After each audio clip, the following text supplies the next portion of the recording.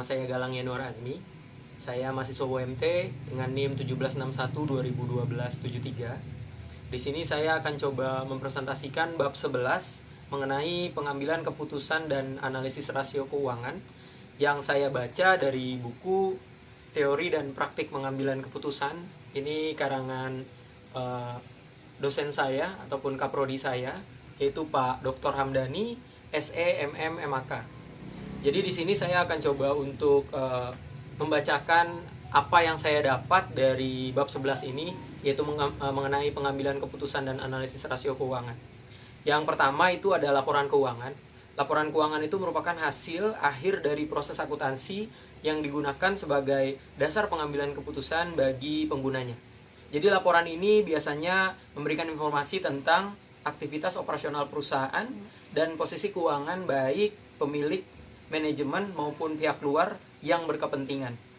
Adapun laporan keuangan di dalamnya itu terdiri dari laporan keuangan itu sendiri, kemudian laporan laba rugi, kemudian laporan neraca, dan ada juga laporan saldo laba, dan laporan arus kas, serta catatan atas laporan keuangan.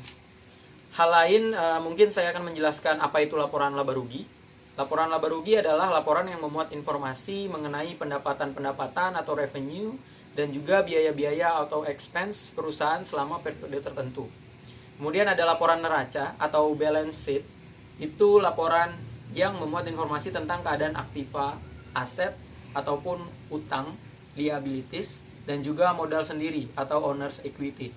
Dan juga ada laporan saldo laba, yaitu memuat informasi tentang laba yang dihasilkan dan akan dibagikan sebagai dividen atau laba yang ditahan selama periode tertentu.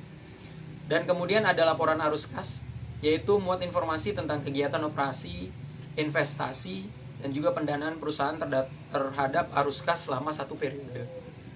Selain itu, di sini ada catatan atas laporan keuangan, yaitu catatan-catatan yang diberikan sebagai informasi tambahan yang disajikan dalam laporan keuangan dan informasi pos-pos yang tidak memenuhi kriteria pengakuan dalam laporan keuangan.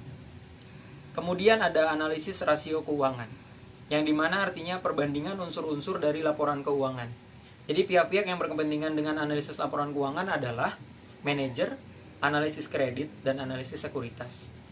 Kemudian di sini saya ingin juga menginformasikan mengenai rasio likuiditas. Rasio likuiditas atau liquidity ratio itu rasio yang menggambarkan hubungan kas perusahaan dan aktiva lancar lainnya terhadap utang lancar. Rasio ini juga disebut dengan rasio modal kerja lancar yang digunakan untuk mengukur likuiditas perusahaan. Di dalamnya itu terbagi menjadi, di sini ada 4, yaitu ada current ratio atau CR yang biasanya menunjukkan sejauh mana kewajiban-kewajiban jangka pendek daripada kreditor dapat dipenuhi dengan aktiva yang diharapkan akan dikonversi menjadi uang tunai dalam waktu dekat. Kemudian quick ratio atau acid test ratio, yaitu rasio yang mengukur kemampuan perusahaan dalam melunasi kewajiban jangka pendek tanpa dikaitkan dengan penjualan persediaan. Kemudian ada inventory to net working capital, yaitu rasio yang mengukur membandingkan antara jumlah persediaan yang ada dan modal kerja perusahaan. Selain itu, di sini juga ada cash ratio, merupakan rasio yang mengukur seberapa besar uang kas dan setara kas yang tersedia untuk membayar utang. Selain itu, di sini saya juga akan membahas mengenai rasio solvabilitas atau leverage ratio, yang merupakan rasio yang digunakan untuk mengukur sejauh mana aktiva perusahaan dibiayai dengan utang. Jadi di sini rasio-rasio yang termasuk dalam leverage ratio, yaitu debt to asset ratio atau debt ratio, adalah rasio yang digunakan untuk mengukur perbandingan antara total utang dan total aktiva. Mungkin rumusnya itu ada di debt to asset ratio sama dengan total debt per total aset. Baik, kemudian ada debt to equity ratio. Adalah rasio yang digunakan untuk mengetahui perbandingan antara total utang dan modal sendiri. Nah, ini biasanya formulasinya untuk menghitung debt to equity ratio, yaitu total utang atau debt per equity.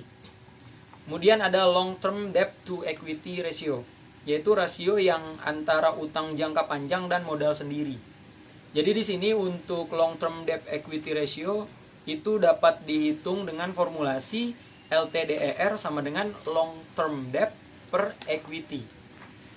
Dan juga di sini ada current liabilities to net worth. Itu rasio antara hutang lancar dan modal sendiri. Rasio ini menunjukkan bahwa dana pinjaman yang segera akan ditagih akan terdapat sekian kali dari modal sendiri.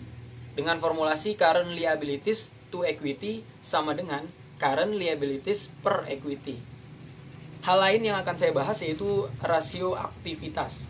Rasio aktivitas itu sendiri adalah rasio yang digunakan untuk mengukur tingkat efisiensi pemanfaatan sumber daya perusahaan, penjualan, persediaan, penagihan hutang, dan lainnya.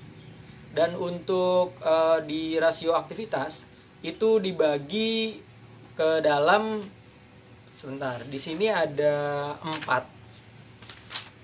Di sini ada, di sini ada 5, yaitu yang pertama adalah perputaran piutang atau receivable turnover, yang artinya rasio yang digunakan untuk mengukur seberapa lama penagihan piutang selama satu periode, atau berapa kali dana yang ditanam dalam piutang ini berputar dalam satu periode. Dapat diformulasikan dengan rumus receivable turnover sama dengan penjualan kredit per rata-rata piutang. Kemudian perputaran persediaan atau inventory turnover. Itu rasio yang digunakan untuk mengukur seberapa kali dana yang ditanam dalam inventory ini berputar dalam satu periode. Dan dapat dihitung dengan formulasi inventory turnover sama dengan harga pokok penjualan atau HPP per rata-rata persediaan. Kemudian ada working capital turnover, yang artinya untuk menghitung rasio working capital turnover ini dapat diformulasikan yaitu NWC turnover sama dengan net sales per working capital. Itu akan dapat rata-rata industrinya sebesar berapa kali untuk cara menghitung rasio ini, seperti itu. Kemudian ada fixed assets turnover, adalah rasio yang digunakan untuk mengukur seberapa efektif perusahaan menggunakan aset pabrik serta peralatannya.